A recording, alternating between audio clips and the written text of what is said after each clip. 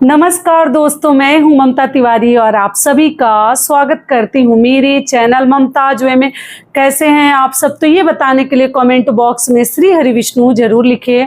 तो चलिए दोस्तों, आज हम इस वीडियो में जानेंगे पुत्रदा एकादशी। पुत्रदा एकादशी का व्रत हमें कैसे करनी है, किन किन बातों का ध्यान रखनी है, कौन कौन से कार्य करने हैं, कौन कौन से कार्य हमें नहीं करने हैं, दसवीं से लेकर और पारण तक के संपूर्ण नियम विधि बीच के हम जानेंगे। साथ में ये भी जानेंगे एकादशी तिथि कब से प्रारंभ हो रही है, कब समाप्त हो रही है, पारण का शुभ मुहूर्त क्या है, हर चीज मैं आपके साथ शेयर करूंगी। ध्यान पूर्वक आप लोग सभी बातें समझ लीजिएगा। तो चलिए वीडियो को शुरू करते हैं। इससे पहले दोस्तों, अगर आपको मेरा वीडियो पसंद आता है तो प्लीज आप मेरे चैनल को सब्सक्राइब कर दीजिएगा, बेल आइकन को प्रेस कर दीजिएगा, जिससे कि मेरे वीडियो के नए नोटिफिकेशन आप सभी के पास सबसे पहले पहुंचे। तो चलिए शुरू करते हैं और पुत्रदा एकादशी से संबंधित सभी बातें जान लेते हैं। तो सबसे पहले दोस्तों आपको बता दूं, पुत्रदा एकादशी का व्रत साल में हम 2 बार करते हैं। पहला तो पौष महीने में करते हैं और दूसरा जैसे हम सावन महीने के शुक्ल पक्ष की ये एकादशी है।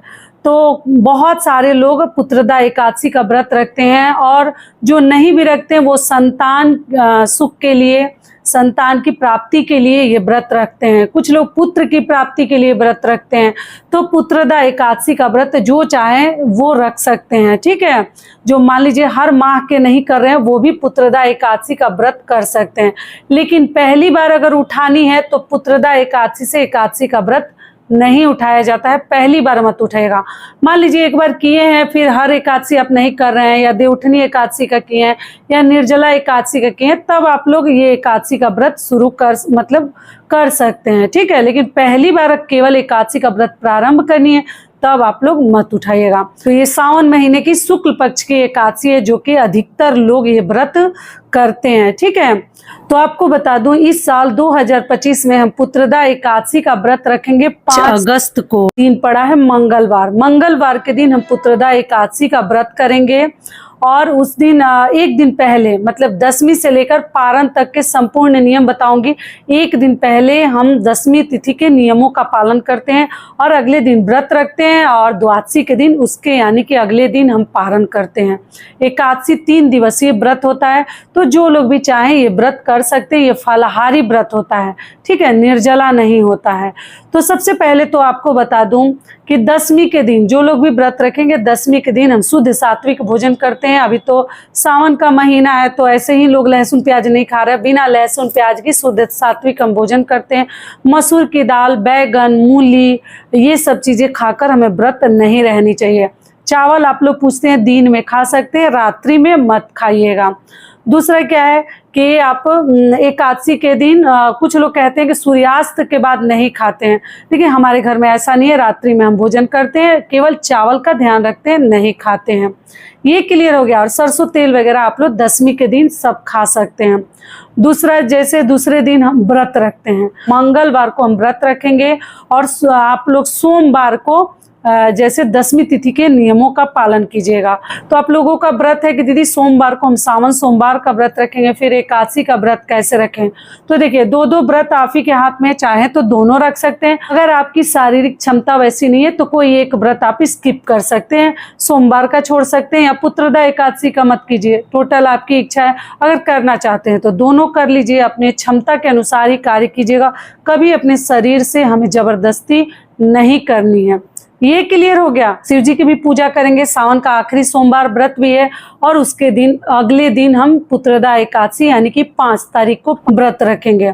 व्रत के दिन भी यही नियम है कि सुबह सवेरे उठकर हमें स्नान आदि से निवृत्त होकर विष्णु भगवान की पूजा हम करते हैं। चौकी लगाकर भी आप लोग कर सकते हैं, या आप लोग चाहें तो अपने पूजा मंदिर में भी जैसे पूजा कर सकते हैं। विष्णु भगवान की विधि विधान से हम पूजा करेंगे। अगर पति पत्नी साथ में व्रत रखे, अगर आप लोग संतान की कामना करते हैं तो साथ में व्रत रखें, विष्णु भगवान का साथ में पूजा कीजिए। अगर मान लीजिए पति व्रत में नहीं भी रखते हैं तो साथ में आप लोग पूजा जरूर कीजिएगा। इससे आपको बहुत अधिक लाभ मिलेगा और विष्णु भगवान चाहेंगे तो आपकी गोद जरूर भरेगी। तो आप लोग कर लीजिएगा। दूसरा कार्य हमें क्या करनी है कि देखिए एकादशी जो व्रत है ना फलाहारी है, आप लोग फल फलाहार खा सकते हैं और खाने के उपरांत एकादशी के दिन हमें सोनी नहीं चाहिए। और ये मंगलवार उस दिन पड़ रहा है तो अपने तुलसी जी में एक तो जल भी नहीं डालनी है और दूसरा पत्ते नहीं तोड़नी है। अगर तुलसी जी मुरझा रही है तभी डालिएगा, वरना मत डालिएगा। सोमवार के दिन आप पत्ता तोड़कर भी रख सकते हैं, जल भी डाल सकते हैं, लेकिन एकादशी के दिन तुलसी माता भी व्रत रखती हैं तो हम जल नहीं डालते हैं। आप जैसे अलग से धूप बत्ती अगरबत्ती दिखा सकते हैं, दीपक वगैरह प्रज्वलित करके रख सकते हैं। ये क्लियर हो गया। दूसरा कार्य हम क्या करेंगे कि एकादशी के दिन आप लोग शाम को फिर व्रत, अगर पुत्रदा एकादशी का व्रत किए हैं तो कथा चाहे तो वहीं बैठकर पूजा पाठ होने के बाद कथा भी सुन सकते हैं आप लोग। और जो भी फलाहार भगवान ने आपको दिया फल फलाहार कर लीजिए। एकादशी व्रत के दिन कुछ न कुछ अपने हाथों से दान किया जाता है, अनाज छोड़कर। ना अन्न का भोग लगाते हैं, ना अन्न हम जैसे दान करते हैं। तो आप लोग वस्त्र, बर्तन, कपड़ा, रुपया, पैसा जो चाहे कर सकते हैं, फल फलाहार, फ्रूट सब। ये हो गया। और आप लोग सोइएगा मत, दिन में ध्यान रखिएगा। रात्रि में हम सो सकते हैं, दिन में एकादशी, किसी भी एकादशी व्रत में हम नहीं सोते हैं, या वो शुक्ल पक्ष की एकादशी हो या वो कृष्ण पक्ष की एकादशी हो, इस बात का ध्यान रखिएगा। और उसके बाद से हम विष्णु भगवान को आप लोग एक अखंड दीपक प्रज्वलित करके रख लीजिएगा। कुछ लोग पूछते हैं कि कब से, जब पूजा प्रारंभ करते तब से आप लोग एक अखंड दिया जलाकर भगवान से प्रार्थना करके साक्षी मानकर रख दीजिएगा। कौन जानता है, भगवान चाहेंगे तो 1 साल के अंदर ही आपकी मनोकामना पूर्ण हो जाए। तो एक दिया जरूर भगवान के सामने आप लोग पुत्रदा एकादशी के दिन प्रज्वलित करके रख दीजिएगा। नीचे फूलों का आसन देकर या कोई पात्र रखकर, और थोड़ा ध्यान पूर्वक, चूहा वगैरह ना गिराए, कोई कीड़ा मकोड़ा ना गिराए, मतलब कोई जीव जंतु, तो ध्यान रखिएगा, ठीक है। और पूजा जब प्रारंभ करते हैं तभी कीजिएगा, और अगले दिन जब पूजा करने जाते हैं तब तक वो दीपक जलनी चाहिए। रात में उठकर थोड़ा ध्यान देकर देख लीजिएगा। और ऐसा नहीं है कि मतलब अगले दिन आप लोग बुझाइएगा मत, जितना तेल रहेगा अपने आप दिया शांत हो जाएगा, ठंडा हो जाएगा। इस विधि से आप लोग अखंड दीपक प्रज्वलित करके रख सकते हैं। आपके घर में अगर लड्डू गोपाल जी हैं तो पुत्रदा एकादशी है, बहुत ही विधि विधान से उनको स्नान करा के पंचामृत से, दूध से भगवान को भोग लगा सकते हैं, नया पोशाक पहना सकते हैं। जितना श्रद्धा आपके पास है सभी श्रद्धा के साथ आप लोग भगवान की पूजा अर्चना कर सकते हैं, पीले चीज़ों के साथ। साथ में बजरंगबली की भी पूजा करेंगे, मंगलवार का दिन है तो आप लोग इस विधि से कीजिएगा। और पीला भोग, प्रसाद, फल सब कुछ आप चाहें तो भगवान को चढ़ा सकते हैं। लड्डू गोपाल जी को झूला भी झूला सकते हैं। सावन का महीना चल रहा है तो इस विधि से हम पुत्रदा एकादशी का पूजा पाठ करेंगे, कथा कहेंगे, सुन लेंगे। और रात्रि में फिर हम भगवान की आरती करेंगे, फिर भोग लगाएंगे, दीपक प्रज्वलित करेंगे, घंटी बजाएंगे, शंखनाद करेंगे। सभी कार्य हम शाम को कर सकते हैं। कुछ लोग कहते हैं कि घंटी नहीं बजाते, ऐसा कुछ नहीं है। शाम को हम आराम से घंटी बजा सकते हैं। आप लोग बिल्कुल चिंता और तनाव में मत रहिएगा, ठीक है। और अगले दिन हम पारण करेंगे। तो पारण आप लोग जैसे सुबह सवेरे उठकर फिर से भगवान की पूजा कर लीजिए। अगर चौकी वगैरह स्थापित करके पूजा की है तो फिर वहाँ से जब तक दिया जल रहा है तब तक तो वहाँ कुछ भी नहीं करनी है। आप पूजा पाठ करके और आप गंगा जल और तुलसी पत्र मुख में डाल लीजिए। पारण का जो शुभ जो मुहूर्त में जो नियम है ना वो आपका हो जाएगा। उसके बाद आप अपना भोजन वगैरह करते रहिएगा। और जो भी भोजन वगैरह बनता है, पहला निवाला गाय को, पशु पक्षियों को, घर के बहू बेटियों को, बच्चों को आप पहला निवाला प्रसाद के रूप में जरूर दे दीजिएगा। अग्रासन बोलते हैं, आप निकाल दीजिएगा, या ग्रास के नाम से जानते हैं, निकाल कर और कुछ न कुछ दान कर दीजिएगा। द्वादशी के दिन हम अन्न का दान करते हैं, हमेशा समझाती हूँ। तो ये तो पुत्रदा एकादशी है तो आप लोग जरूर दान कर दीजिएगा। और कहीं देने का जगह नहीं है तो पैसे का भी दान कर सकते हैं। ऐसे आटा का ही दान करनी चाहिए। आटा, दाल, हल्दी, नमक जो चाहे आप लोग दान कर सकते हैं। सुहाग की चीज़ें, ये सब चीज़ हम दान करते हैं। और अच्छे से तैयार हो जाइएगा। एकादशी व्रत के दिन हर श्रृंगार अपना करनी चाहिए, ठीक है। और मंगलवार का दिन है तो आप लाल वस्त्र भी पहन सकते हैं और विष्णु भगवान का प्रिय पीला भी पहन सकते हैं व्रत के दिन। ये भी समझा दी। और दोस्तों आप सभी से एक छोटी सी रिक्वेस्ट, अगर वीडियो पसंद आता है तो चैनल को पक्का सब्सक्राइब कर दीजिएगा और वीडियो को लाइक कर दीजिएगा, क्योंकि आपके एक छोटी सी लाइक से हमें बहुत अधिक हिम्मत और प्रेरणा मिलती है। तो जरूर कीजिएगा, बिल्कुल मत भूलिएगा। ये हो गया। चलिए आगे जान लेते हैं। उसके बाद से हम जैसे घी का बना हुआ भोजन करते हैं। जितना एकादशी व्रत इम्पॉर्टेंट है, महत्वपूर्ण है, उतना ही द्वादशी का पारण भी बहुत अधिक मायने रखता है।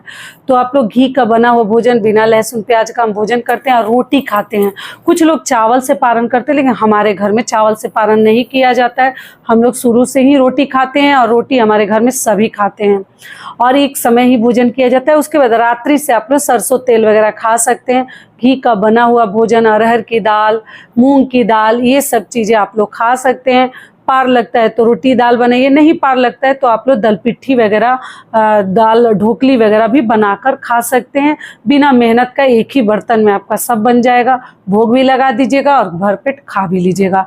आलू का भरता वगैरह भी बना दीजिएगा। अगर आलू की सब्जी भरता बनाते हैं, उसमें हल्दी का थोड़ा नियम कर दीजिएगा, क्योंकि हल्दी जो है ना शुभता का प्रतीक होता है। या लौकी वगैरह भी आप दाल में डाल के और फिर बना सकते हैं, तो हेल्थ के लिए भी अच्छा रहेगा। तो इस विधि से आप लोग पारण कर लीजिएगा। ये भी बता दी, पुत्रदा एकादशी का पारण का भी संपूर्ण नियम बता दी। अब चलिए आगे जान लेते हैं एकादशी तिथि कब से प्रारंभ हो रही है, कब समाप्त हो रही है, पारण का शुभ मुहूर्त क्या है। तो आपको बता दूं, एकादशी तिथि प्रारंभ हो रही है 4 अगस्त को सुबह में 11:41 पर और एकादशी तिथि समाप्त हो रही है 5 अगस्त को दोपहर में 1:12 पर। ऐसे में उदया तिथि को ध्यान में रखते हुए हम 5 अगस्त दिन मंगलवार को एकादशी का व्रत रखेंगे। और पारण का शुभ मुहूर्त आपको बता दूं, 6 अगस्त दिन बुधवार को हम पारण करेंगे पुत्रदा एकादशी का। सुबह 5:45 से लेकर सुबह 8:26 तक आप लोग पारण कर सकते हैं। ठीक है, सभी बातें समझ में आ गई। तो ये वीडियो मेरा यहीं तक का था। फिर मिलती हूँ एक नए वीडियो में। तब तक के लिए नमस्कार। स्वस्थ रहिए, सुरक्षित रहिए और जहाँ कहीं भी रहिए खूब खुश रहिए। धन्यवाद।